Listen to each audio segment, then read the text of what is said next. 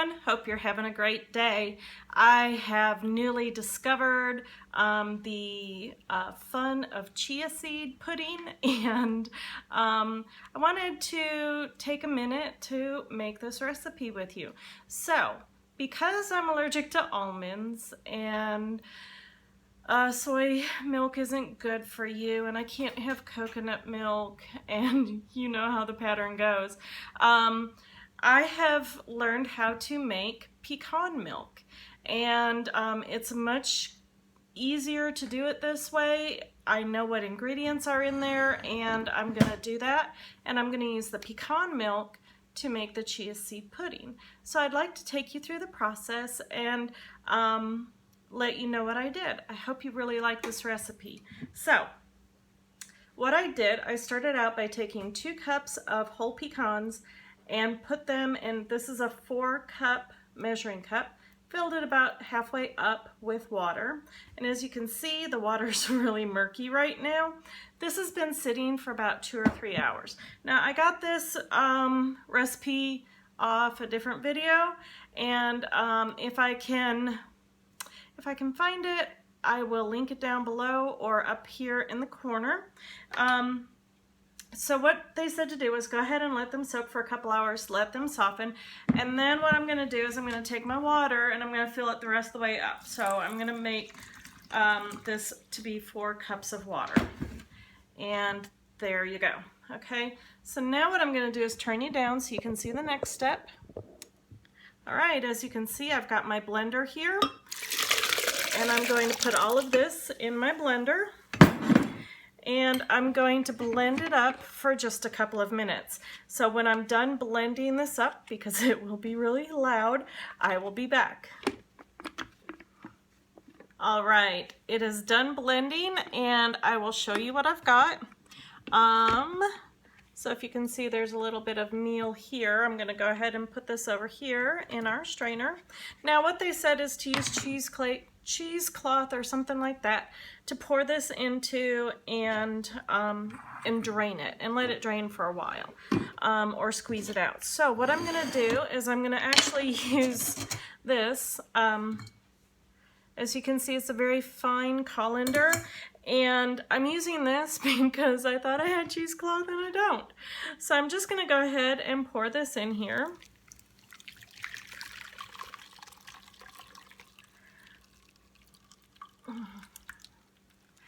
And I'm going to move the blender out of the way, and then I'm going to just start by pressing down into this. And what this is going to do is it's going to try to push out all of the extra water that might be there. Of course, I'm not going to get everything with this method, and if you have cheesecloth, that would work just as fine. But if you don't have any cheesecloth, can't find cheesecloth, don't know where cheesecloth is in the store, or if you just don't have the money for cheesecloth, then this method works just as well. So as you can see, I'm going to go ahead and keep doing this, and once I'm done, I will be right back. Okay, I'm back, and instead of that wooden spoon, I found that this measuring cup, the bottom of the measuring cup, was a great tool to use. It really took care of it quite quickly. It only took me a couple of minutes to do this, and so I would recommend you using a bottom of a measuring cup if you're going to use this method. Now, I'm going to put this over to the side because I'm going to do something else with this in a little bit, but let me go ahead and show you what we've got. And there you go. This is your fresh pecan milk, and as you can see, it's really nice and smooth.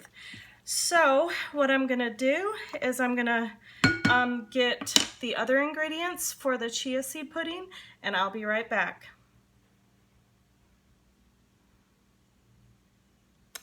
All right, I'm back, and I'm all set up for the next step. So I got chia seeds from Aldi. I can't remember how much this package was. I want to say it was like $3 or $4. And I really wondered if this was going to be a good keto thing or not. And it's got 10 grams of carbs per 2 tablespoons, but it also has 10 grams of fiber.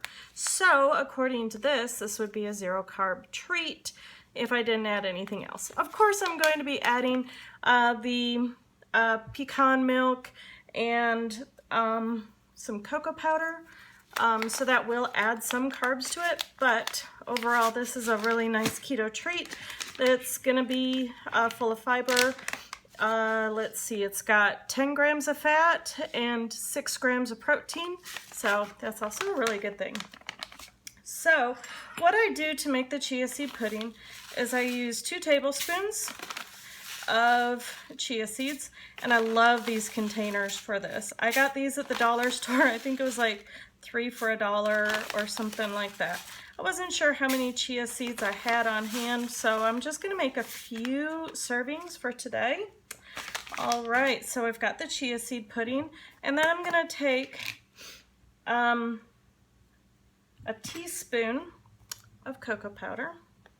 And I like using the Special Dark. I think it gives it a more chocolatey flavor, so I do enjoy that. And I'm just going to put a teaspoon in all of these, and if you're wondering, this is a 1/2 teaspoon, so that's why I'm doing 2 of them. And according to this, 1 tablespoon is 3 grams of carbs and 1 gram of fiber. So between these 3, we have 1 gram of carbs. Okay. Now, I'm going to go ahead and stir that up for a minute, and then I'm going to start adding my liquid ingredients. Oh, and one other thing I got to add. I'm going to add my my sweetener too. Now, your sweetener is to your taste and what you want to do. I am going to be using monk fruit in the raw. Now, I will tell you, I've gotten 2 different monk fruits. One of them had erythritol in it, and this one has dextrose in it. And I know that everybody is like, dextrose, no, you can't do that on keto. That's just another word for sugar. Well, here's the deal. I can't have erythritol. Erythritol is in the birch family, and I am so allergic to the birch family that I'm allergic to almonds and a whole bunch of other things, so I cannot use erythritol. So I had to get the monk fruit in the raw with the dextrose. I don't know if there's a pure monk fruit or not, but luckily monk fruit is in the cucumber family. So that's, and I can have cucumbers, you guys know that. So I'm excited that this is probably something that I can use. I'm going to I'm putting in 2 packets of this per serving. And I'm going to do this. And then I'll stir it up one more time, and then we'll add the liquid ingredients. All right.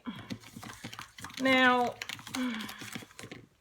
like I said, use the sweetener or lack of sweetener that you want. It doesn't matter. You can make this any flavor you want, but this is how I'm making mine today. Now, the next thing I'm going to add to this is homemade vanilla. I have been working on this for about a month and a half now, and I'm just going to add a 1/2 teaspoon in each of these. Now, I want you to know, if you want to see how I make vanilla, please like this video and comment down below, so that I know that that's something you guys are interested in seeing. All right, now I'm going to come back over here to my fresh pecan milk, and I'm just going to add in a 1/2 cup to each of these. So that one just needed a little bit more. I'm kind of scraping the bottom here, so I want to make sure I get at least a 1/2 cup in here. And there you go. Okay, now the big deal with this is you've got to stir and stir and stir and stir until all the seeds are well combined with the liquid. And then you let it set for a minute or 2. And then you come back and you stir it some more. and then you come back another couple minutes later and you stir it just a little bit more, and then you can throw it into the refrigerator where it'll sit for a couple of hours. Now I will tell you, this really smells awesome, and you don't need to watch me do this, so I'm going to turn the camera up while I do that and tell you about the one last thing I'm going to do in this video. So this, I made pecan milk, right? And the pecan milk, of course, you know, you've got all that, the other half of it, the stuff that we squeezed out. And I realized what that was. So what I'm gonna do is I'm actually gonna put that on a parchment lined baking sheet, and I'm going to put it in a 250-degree oven and, I don't know, several hours. What I'm gonna do is I'm gonna dry it out. I have bought before pecan meal or pecan flour, and it's really, really expensive. And when I first made my first batch of pecan milk, I was like, oh my gosh, I realize what this is. This is actually pecan meal. So what I'm gonna do is I'm gonna throw that on a parchment lined baking sheet, and I'm going to put it in the oven and just let it dehydrate for a little bit so that it's not so moist. Of course, it's still got some of that pecan milk in it. And the rest of my pecan milk, I'm going to go ahead and put in my refrigerator it'll last for up to a week, is what I've been told. So I'm gonna do that so that the next time I wanna make some more chia seed pudding, I've got that. And I can use my pecan meal in baking. I can use it in meatballs as a binder. I can use it as a coating on chicken or shrimp or pork chops or whatever it is. So it's just as useful as almond flour, and it's just as useful as almond flour or coconut flour. There is a difference in texture though. It is a little more grainy. So if you want a finer flour, you're gonna have to use that coconut or almond flour. But for me, it's gonna do what I need it to, and it's a lot cheaper. So when I come back, I'm gonna show you what my chia seed pudding looks like after a couple of hours.